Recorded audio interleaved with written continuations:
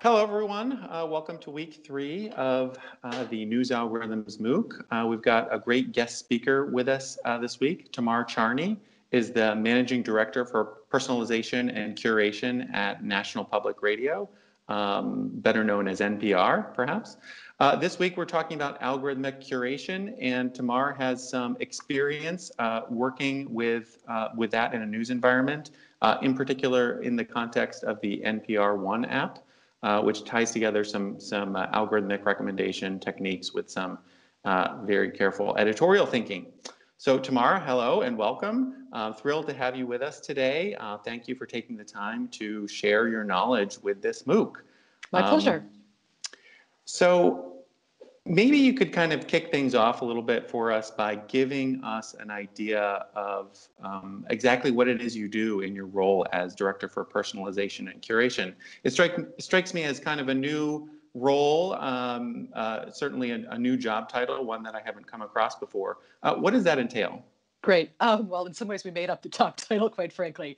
I think from a very high level, I am now the journalist in the room when we're thinking about the algorithms and the technology that's needed to get a localized, personalized stream of content to our listeners, mostly on the NPR One app, but this also extends into smart speakers and the NPR app and probably into some of our other digital platforms. So my charge is to really think about how could we use algorithms, which I think of as really the modern editorial tool to connect people with the content that they need and want and appreciate. So my job is to really be that editorial person, thinking about the editorial implication, thinking about the story arc and the breadth of our coverage, and having the conversations with the data scientists and asking the questions about, well, what really would this do if we implemented this algorithm?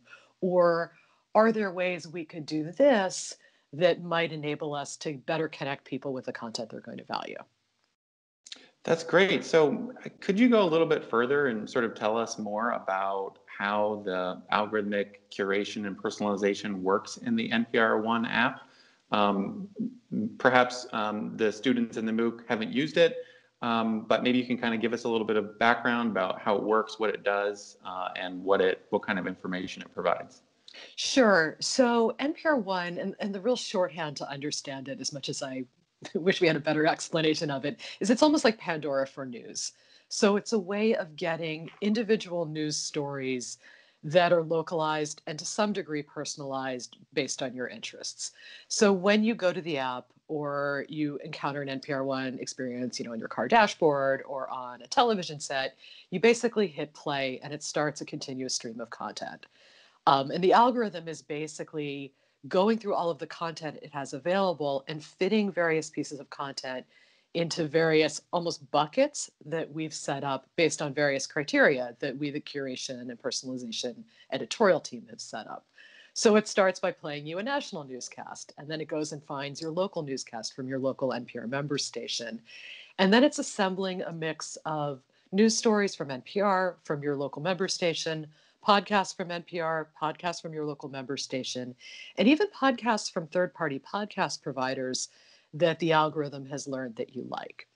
So overall, what we're trying to do with this is take the best of the decisions human beings can make about content that's really relevant and great storytelling and helps people understand both the news of the day and some of the breadth of the human experience, the serendipity and the driveway moments that NPR is kind of known for, and taking the best of the decisions humans make about those factors and combining it with what algorithms do really well, which is tracking behavior to some degree and knowing where you are, localizing you, and really trying to blend the two. So we think of NPR One as that secret sauce between human curation and algorithms.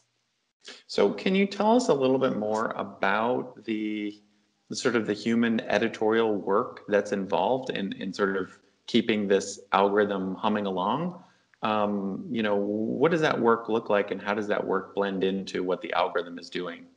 Sure. So a lot of what the humans are doing is, really listening to every single audio news story and pretty much a ton of the podcast work that's out there and making some decisions about kind of what role it plays for people, how long it's going to be relevant for, um, what feels super important and in the moment today, or what just brings a little bit of breadth and deeper understanding, and helping the algorithm understand how a human would interpret these pieces and where it would fit in the needs of a human being.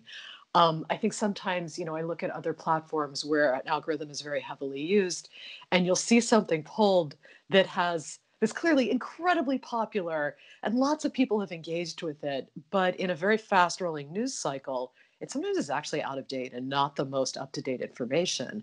But the algorithm doesn't really have the tool. Many algorithms, that is, don't have the tools to know that the story has actually advanced a little bit, and what was incredibly popular and had high engagement times an hour ago actually isn't the right story to be giving people this hour.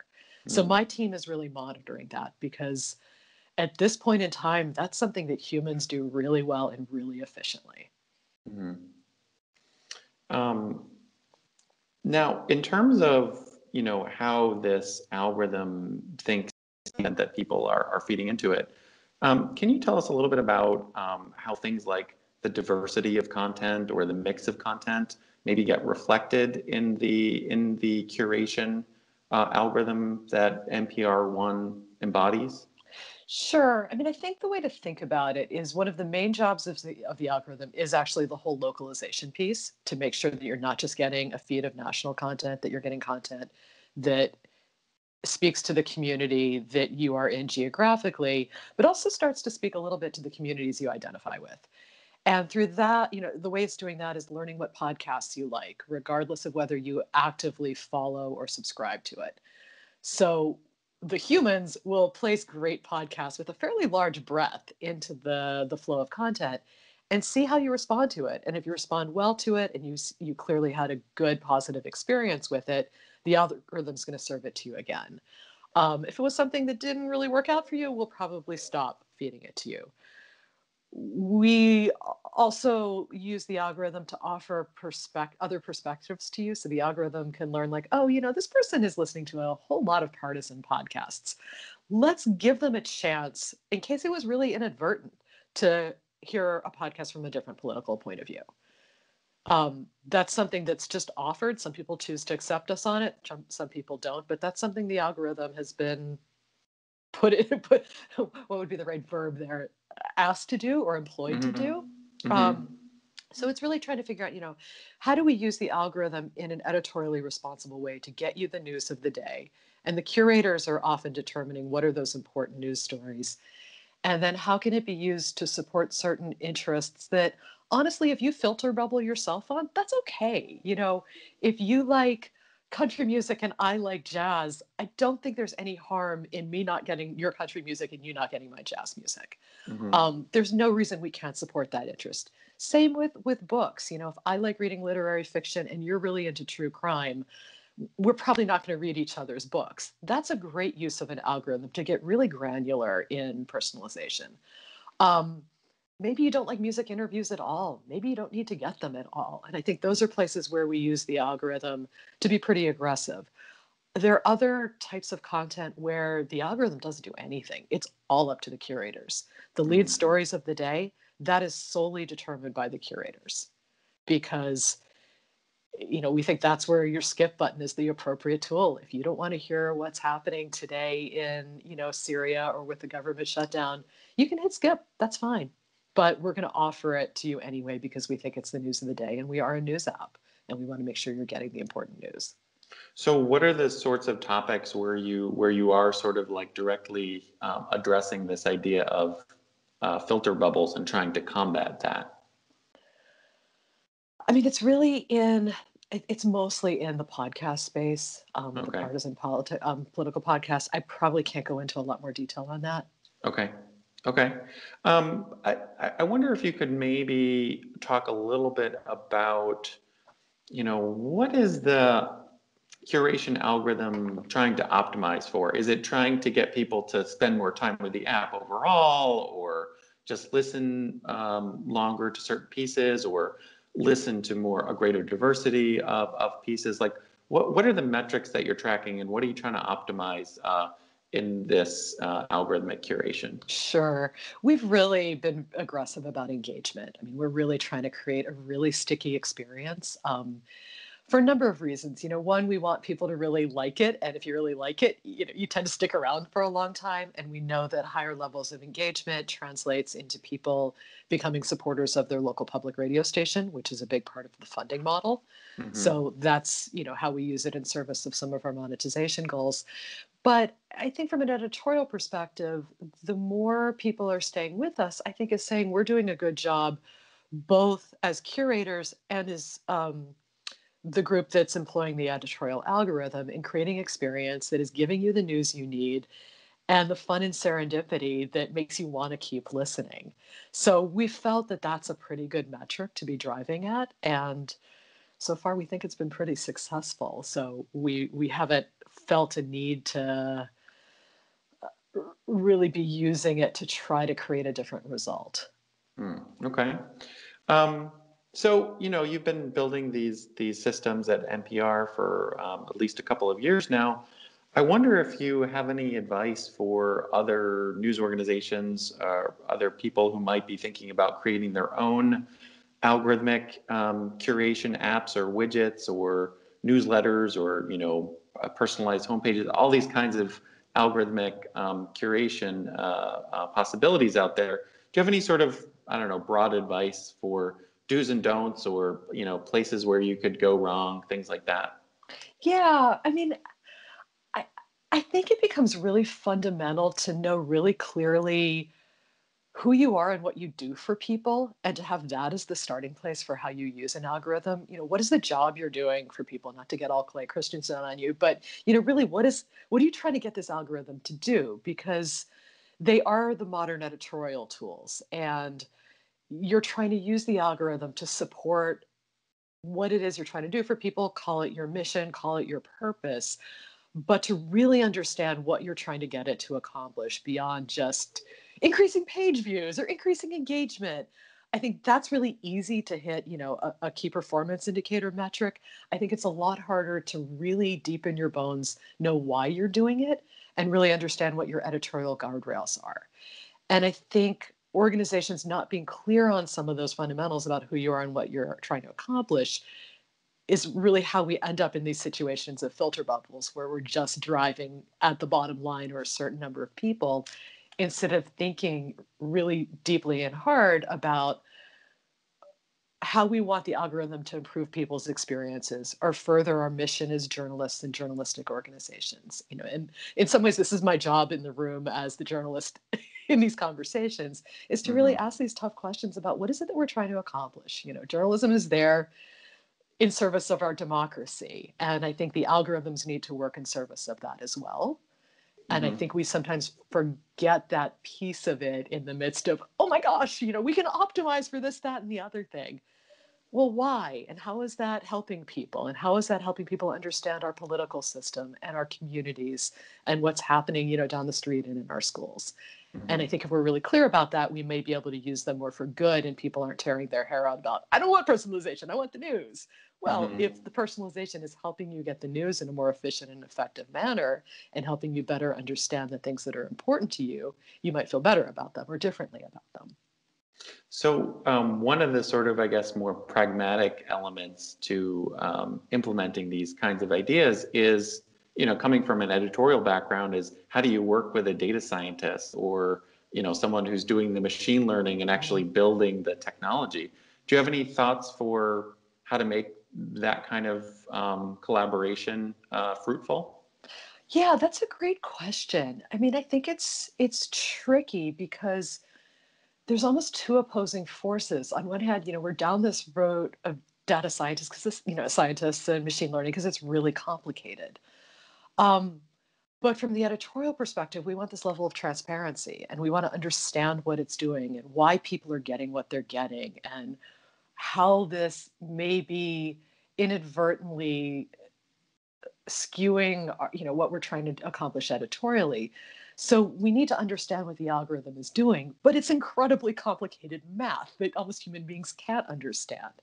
And I think this is where we need some real thinking in how do we break down and really understand what is being accomplished and how those algorithms actually end up distributing content to people and what that looks like. Hmm. And, maybe this is where we need the people like you to lend us a hand in between, as this layer in between the journalists and the data scientists to Hmm. help create a way so that it's understandable, it's translatable, and Hmm.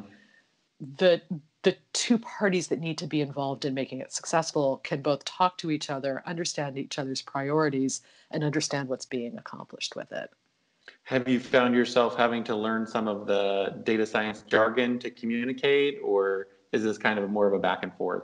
Um, I think it's a little of both. I mean, I won't lie. I've been in conversations where I've been, the person going, wait, what?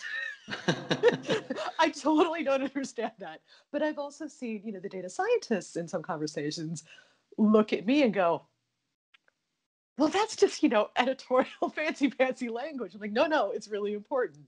And Hmm. figuring out how we both understand the importance of what each other does, because this is not going away. We need these Hmm. algorithms. The way people are getting content on modern platforms require the use of them. And we have to figure out how journalists and data scientists can really work together and accomplish what needs to be accomplished, both increasing performance and also increasing the value of our journalism content to people. Hmm. And that's going to be tricky to figure out, but I think Yeah, it's it's important work we need to do. for sure. So I want to actually pick up on something you mentioned a few minutes ago, because next week we're actually going to be talking about how journalists can be more responsible with the algorithms that they're building in terms of being more transparent with the systems that they're creating. So I wonder if you could sort of go into a little bit more detail on, how does NPR think about transparency with respect to the curation algorithms that Hmm. you're developing and using?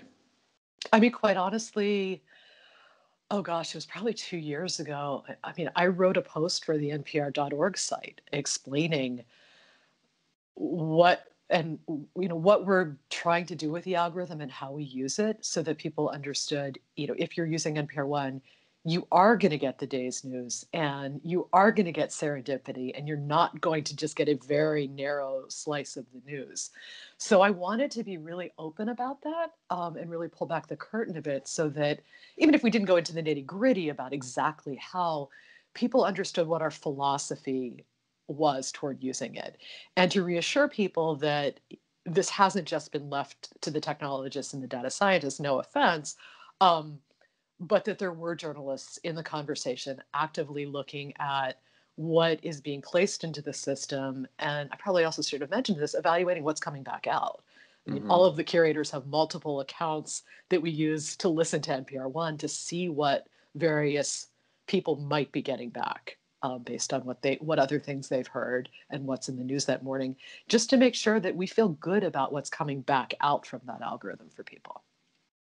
That's fascinating. I mean, could you talk a little bit more about sort of, I guess, the monitoring work that your team needs to do? Like, are you like how does supervision of the system work? Yeah, I mean, we have various reports that we can run that basically show us what pieces the algorithm would be, pulling, and then what some of the fallback or backup options would be based on different ways a listener might be listening. Um, Hmm.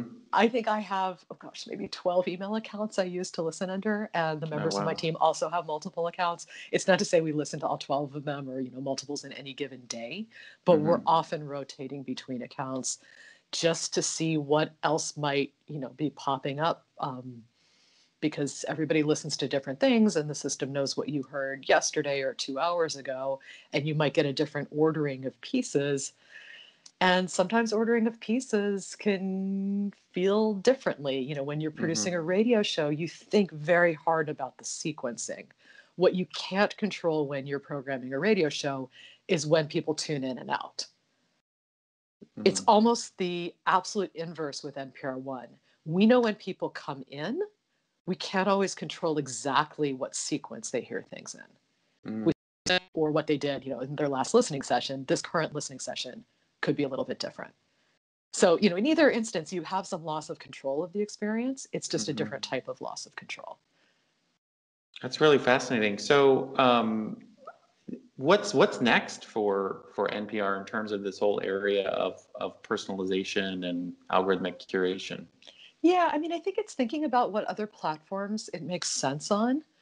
I think it's also how do we as journalists get more comfortable with using it as an editorial tool. I Mm-hmm. think it initially can feel a little scary to journalists because there is this loss of control, and we're used to, stories are written in a very rigid format, radio shows are produced on a very rigid clock, interviews we do on the air have a story arc. There's been a lot of control. And the use of an algorithm does require some relinquishing of control and some trust that you've set up good rules and you've set up good templates and you've put the right things into the hopper. Mm-hmm. And I think it's us as an industry just getting comfortable with that and figuring out what outcome we want from it and making sure that what we're getting out. Um, so, is there anything else that you think the MOOC students should know as they're kind of heading into building their own algorithmic curation applications and systems? Ooh. Any final advice to them? I mean, again, I think be really clear about what you want it to accomplish and Mm-hmm. not just, the number of people you want doing X, Y, or Z, but really why. Why are you Mm-hmm. using it? What are your journalistic goals with it? And always come back to that because I think that's an important conversation to be having with the data scientists to So get. really making the algorithm, do journalism Yeah, in a sense. exactly. That's a great way to Right. put it. Yep. Yep. Because you think really hard about what you want your front page to look like or what you want your radio show to sound like or your TV Mm-hmm. broadcast. What do you want the output of your algorithm to be on the platform that's driven by it? And to make sure that, it is as an editorial tool doing and accomplishing what you want it to accomplish. Yeah. Well, this has been fantastic. Thank you again for joining us today, Tamar. It's been great to have you here. And I look forward to listening to some NPR One later today. Great. Thank you, Nick. My pleasure. All right. Thanks.